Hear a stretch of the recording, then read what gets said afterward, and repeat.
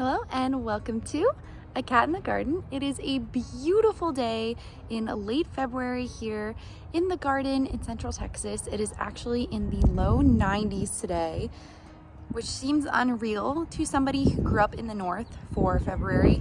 Though this heat wave is not supposed to last very long, it's actually going to get back down to the 50s and 60s next week for a few days. So we've got warm weather coming in and out. It's unpredictable. It's spring. I feel like that's just how spring is for everybody. It's just to a warmer degree here in Texas. So we're dealing with it, and there are some definite changes in the garden because spring is here, and I figured now would be the perfect time to show you all. So we're gonna go ahead and do a garden tour. So let's get started. We are getting off to a slightly different start to the tour this month. I feel like it's good to change things up every once in a while, but I wanted to start over here because all of my fruit trees are in bloom. So this is my peach tree that I put in the ground last spring. This is the Tex Prince peach. All of the fruit trees that I got are low on the chill hours because we really don't have that many here in Central Texas. So there are lots of blooms on this one here. They are super cute. Lots of new growth as well in terms of branches, leaves, things like that. This one is doing really well. And then this one went in the fall. That one also went in the spring, but we'll get to that in a second. This is my other peach tree. The blooms are slightly different on this one, but they are still adorable. I love them so much. This one is a bit taller, a bit more spindly. Like I said, it went in later in the fall, but this is a different variety. This is called Tex King. I don't know if it is related to the other one or not. Also pretty low on the chill hours. Still lots of buds forming, lots of new growth coming in, but I actually like the flower on this one better. Not that it matters, I just really like the light pink versus that one is a bit darker. That's the only difference I've noticed so far because I have yet to eat a peach off of these, but hopefully this year we'll get a few. Next to it, this one also went in the spring. This is my Santa Rosa plum. It's the only plum tree I have. And the flowers are super cute, really dainty and white. There are some like clusters of flowers I've noticed, so I don't know if I'll have to do more thinning out on this one than the peaches, but the peaches seem to be a little bit more spread out with their blooms right now. I really like the white flower, very cute. This plant struggled a lot last year, so I'm feeling very grateful that it survived the winter. It is doing well. It has lots of blooms and lots of bright green new foliage coming out. And then finally, I have my little bay laurel. I did trim it back quite a bit just because it did go into some shock with the heat last year, but it survived the winter. Thankfully, covering it helped with the freeze, and I've got new growth here. I've got new growth here, and I think some down here as well. So hopefully this will fill out a bit better this year. Now back to the garden beds. Here I have the beds where we planted the onions together, and I can happily report that they have rooted into the ground.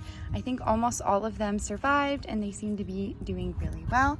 I forget which color I put in which bed because I didn't label it at all, but they're doing very well. My cat is eating the wheatgrass. You are going to throw that up later, mister. The daikon radishes that I left in here have bolted.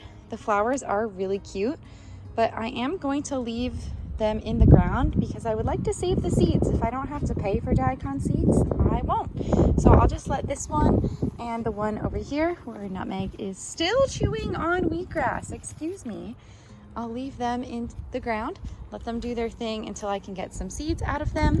And then of course over here, I have the rest of the onions that I planted in the ground. These were some of the bigger ones, I want to say, because they're doing very well.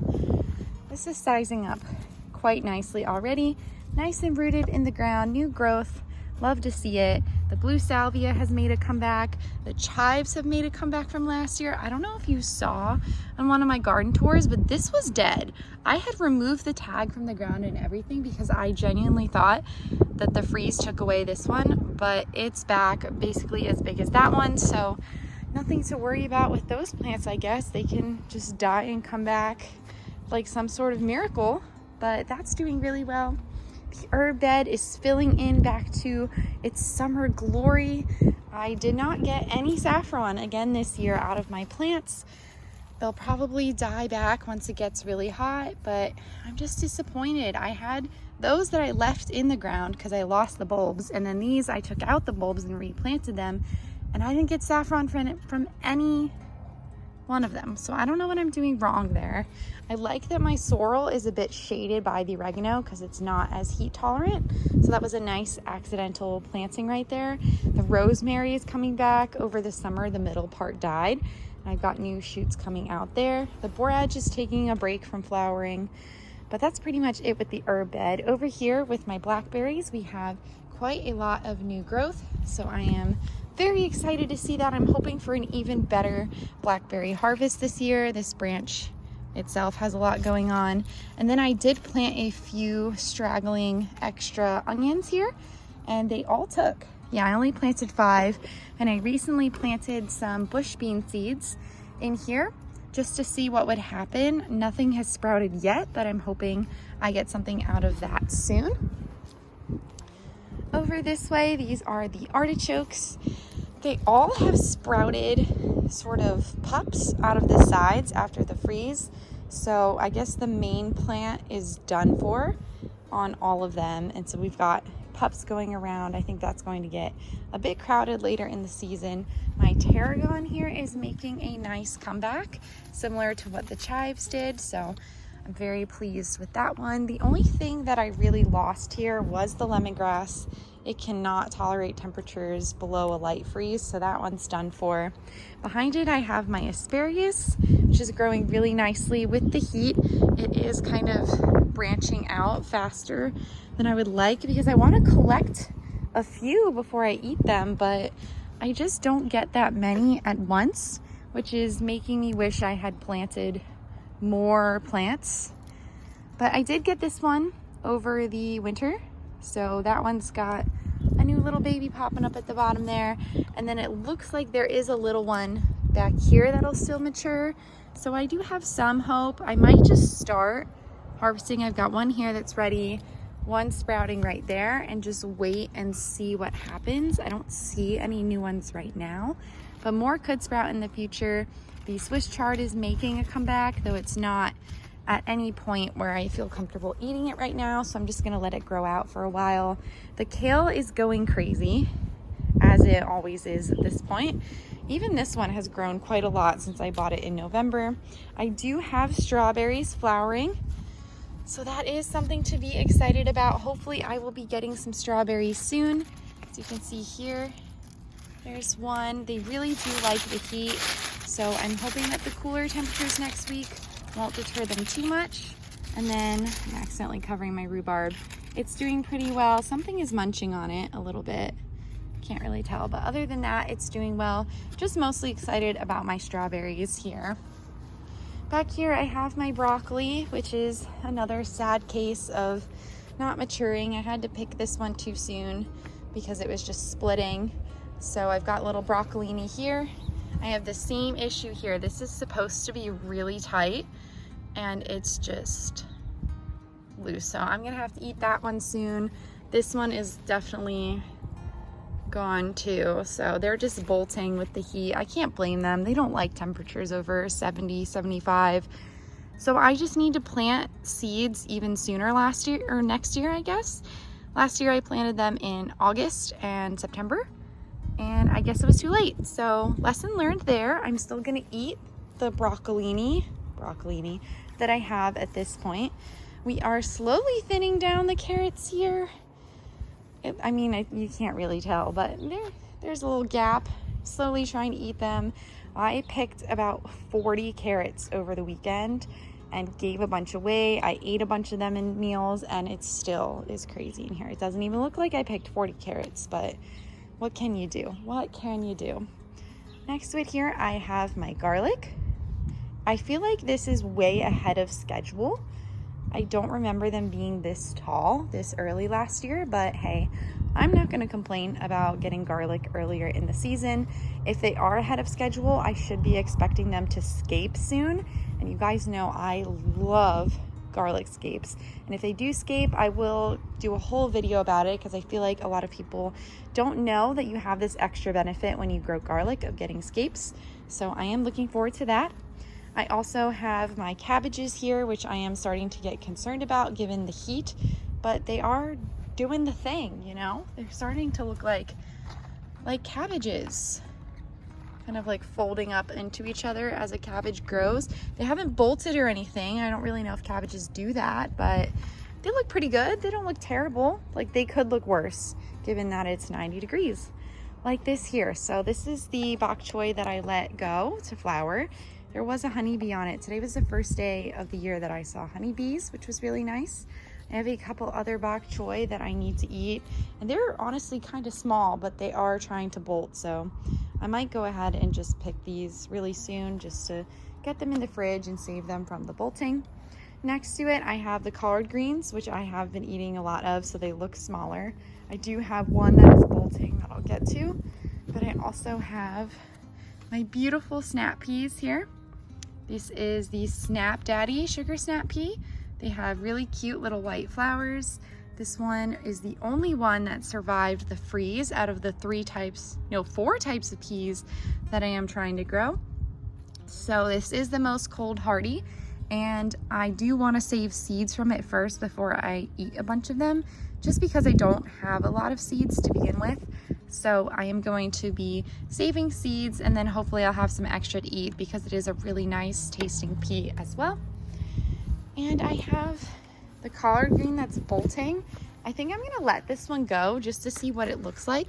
Maybe save some seeds, but I've never seen collard greens flower before, so this should be really interesting.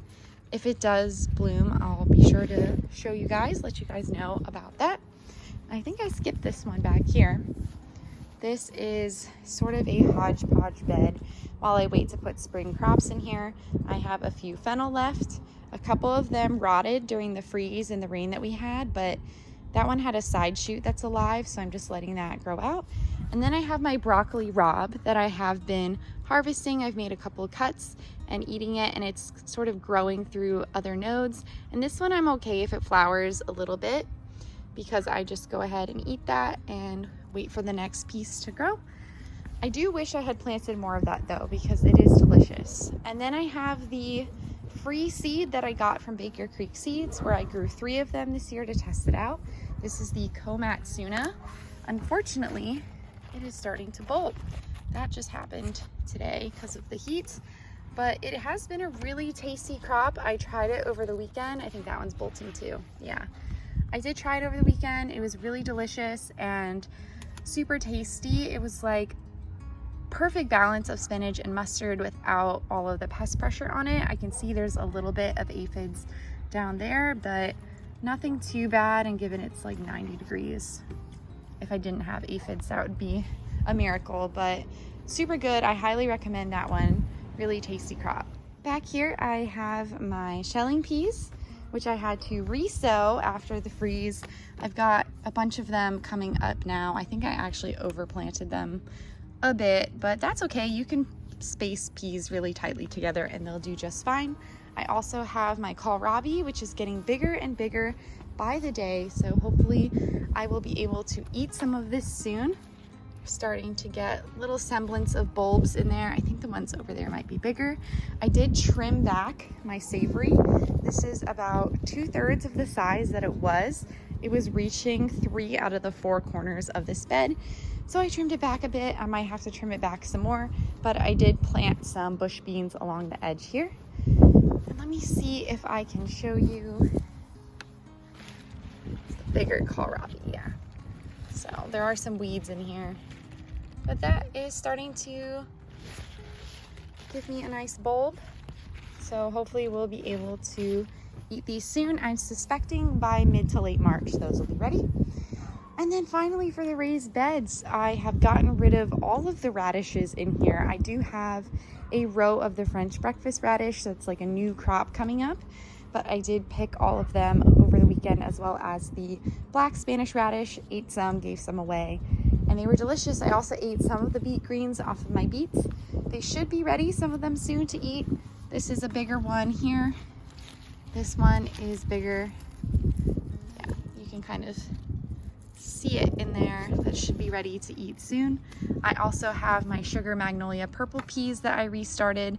They're growing a lot faster now that it's warm out, and they will do just fine with the cooler temperatures coming. So hopefully I'll be able to actually get peas from them soon. I also have my scallions that are growing really quickly now that it's warm again as well. They are, in my experience here in Texas, easier to sow in the cooler months, and then they get a little growth spurt after they've established when it's cooler, when the weather starts to warm up. So shouldn't be too long before I get those. And then finally I have my parsnips. They are growing really well. You do have to wait a long time for parsnips, so these are nowhere near ready. And I have some smaller ones as well. So we should have staggered harvest, which is really nice because I don't think I could eat, I think there's like 15 plants. I don't think I could eat 15 parsnips at once. So that'll be nice and spread out over the course of the next few months. Really quickly over here, I wanted to show you my potato bag, which is next to my compost bin. The potatoes that we planted together all sprouted really quickly. They are almost ready for me to add another layer of dirt. I want them all to look like this, where we've got a few different nodes, a few layers of leaves growing on them, and then I will add more dirt, and I'll just keep layering it up until they reach the top and wait for them to flower and die back before I harvest them. But as you can see, there is nothing wrong with getting grocery store bought potatoes. You don't need to spend more money on seed potatoes. This is the most economical option, and they grow just fine in your garden. Finally, an update on the seed starting area and the overwintered peppers. 5 out of the 7 peppers have survived the winter. I am still waiting on new growth from the jalapeno here, but the cayenne is doing extremely well. I've even got little flower buds here, so hopefully that will do well for me. This is the long, thin cayenne variety. I got these from seeds from my mom that she grew, and it's just a really nice, skinny, long, beautiful cayenne. It's not thick and meaty. It's just sort of what you expect when you look at a cayenne. Unfortunately, my variegated cayenne did die. I did save seeds from one of the peppers on one of the variegated sides, but it just did not survive the winter. I do have my swallowtails that I'm still waiting for them to hatch. I also have my African blue basil in the back here that's growing back. I have the 2 peppers that I started from seed in the fall. This is the aji rico pepper. It's sort of a medium heat, medium-sized pepper, maybe that big. Comes in yellow, turns to orange. Really good to add to dishes. And then I have this jalapeno early slice. So that is doing pretty well also. And then back here I have a variegated candy cane bell pepper. It survived. My fish pepper did not. I am very sad about that one because this one is harder to find. But the variegated candy cane is just starting to grow from the nodes. This is a variegated leaf back here. Just gonna be careful because I don't wanna knock off any new growth. Back here, there's a nutmeg chasing a bug, but I have the new plants that I bought over the weekend, and then I have the seedling table, and we did have some issues because yesterday was the first day over 90 degrees. I lost a lot of my seedlings, and I was trying to like not overwater them, not underwater them. I really struggle with the amount of water, but they just decided they wanted to die. And you know what? That's okay. I'm just gonna go ahead, restart some things, do some more planning, figure it out, maybe start some seeds inside with a seed mat. I just prefer to do it out here because I have a more lazy style of gardening. But there are things that are survived. The celery is more than ready to go in the ground. So is this bok choy. I really need to get it in the ground. The nasturtium, I'm waiting to see if it's gonna freeze or not because they're not freeze tolerant. And then the tomatoes, I'm going to wait because they are obviously not freeze tolerant at all. The lemongrass is doing not well back here. I don't know if it lived, so might have to go buy some for this year. But the dragon fruit is very happy. It's got really nice new growth on just about all of the cuttings that I took. So that is going to be ready for an up pot soon. I do have some bok choy left here as well. I'm planning on putting this in the ground when we have the cooler days so it can establish before the temperatures get crazy hot again. So that is it for our garden tour today. February, I feel like, is a bit of a transitional month here. So I'm starting to get the spring crops ready, but I'm also still holding on to the cold weather crops when I really should just be letting them go, which I will be doing soon because I think I'm ready. I'm ready for all the warm weather stuff. I mean, except for the peas because they can tolerate cold and somewhat warm weather. But other than that, we're going to be transitioning things out just because you can only really stop the bolting for so long. Like, you can delay it. You can't really ever stop it. So next month we'll be in full spring mode, and I am very much looking forward to taking you on that garden tour. But for now, this is going to be it for the month of February. If you like this video, make sure to give Nutmeg and I a thumbs up down below and subscribe so you don't miss anything from us here on the channel. Thanks again for watching, and we'll catch you in the next one.